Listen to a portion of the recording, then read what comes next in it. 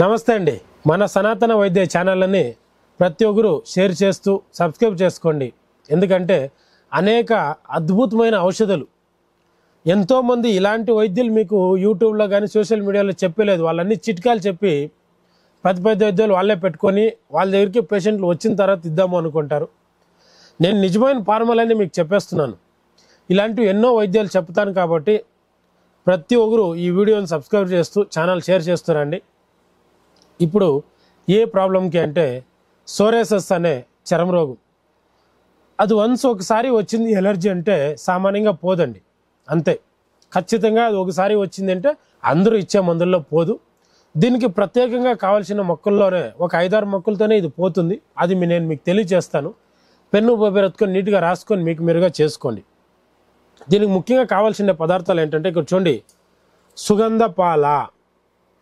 ఇది ఇప్పట్లో సుగంధ పాల ఏర్లు ఇవ్వండి, నేను షాప్కి వెళ్తే మీరు నన్నేరు ఏర్లు ఇస్తారు, అది పనికిరాదు. ఈ ఒరిజినల్ సుగంధ పాల ఏర్లు మీ ఇంటి పక్కలో, రోడ్లలో, పొలాల గడ్డల్లో, తోపులు అన్ని చోట్ల దొరుకుతుంది. ఒక 100 గ్రాములు 200 గ్రాములు ఏర్లు తెచ్చి పెట్టుకోండి. అదేవిధంగా ఇది అడవి తులసి అంటారు, కొంతమంది దీన్నే మగబీర అని కూడా పిలుస్తూ ఉంటారు. ఇది చాలా గమగమగమని సువాసన ఉంటుంది, తులసాకలాగా. పెద్ద తులసి, అడవి తులసిది కొండల్లో, గుట్లలో, రోడ్డు పక్కలంతా దొరుకుతుంది. దీని పేస్టు ఒక 200 గ్రాములు తెచ్చుకోండి. చూడండి, కుప్పింటాకు. ఈ కుప్పింటాకు పేస్ట్ కూడా ఒక 200 గ్రాములు తెచ్చుకోండి.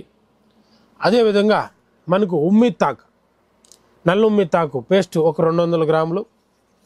ముఖ్యంగా మనకు దీనికి కావాల్సిన పదార్థం ఇక్కడ చూడండి, కస్విందాకు. ఈ కస్విందాకు పేస్ట్ 300 తీసుకోండి. ఇంకా దీనికైనా ముఖ్యంగా అయింది మనకు ఈశ్వరాకు ఒక 300 నుంచి 400 గ్రాములు పేస్ట్ తీసుకోండి. అదేవిధంగా మీకు అందుబాటులో ఉంటే జిల్లేడాకులు 21 జిల్లేడాకు తీసేసేయండి ఇందులోకి, పేస్టే వేసిన తర్వాత ఇక్కడ చూడండి మనకు గంధకము. దీన్నే మనం ఆమ్లా గంధకము అని పిలుస్తాము. ఈ గంధకాన్ని మీరు షాపుల్లో ఆమ్లా గంధకము అని అడిగితే ఇస్తారు. ఒక 100 గ్రాములు తెచ్చి పౌడర్ చేసి పెట్టుకొని ఈ పౌడర్ అంతా ఈ పేస్ట్లోకి వేసేయండి. అదేవిధంగా ఒరిజినల్ యాప నూనె 1 లీటరు, ఒరిజినల్ నువ్వుల నూనె 1 లీటరు, ఒరిజినల్ ఇప్పు నూనె 1 లీటరు, ఇవి 3 లీటర్ల నూనె తెచ్చి ఈ పేస్టుల్లో కలిపి ఒక తామ్రం పాత్ర, రాగి పాత్రలో వేసి సన్న మంటలో మరిగించండి.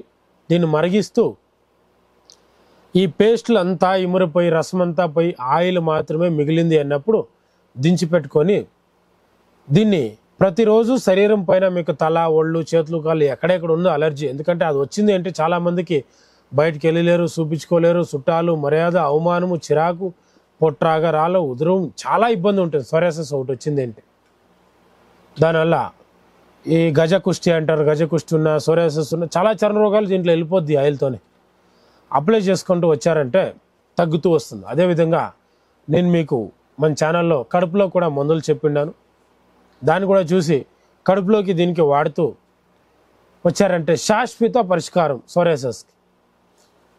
1 సంవత్సరం కాలం పత్యం ఉండాలి మీరు. మాంసాహారం, ఎటువంటి మాంసాహారం, కోడిగుడితో సహా మాంసాహారం తినకూడదు, పులుపు వాడకూడదు, ఎక్కువ నంజు పదార్థాలు తినకూడదండి.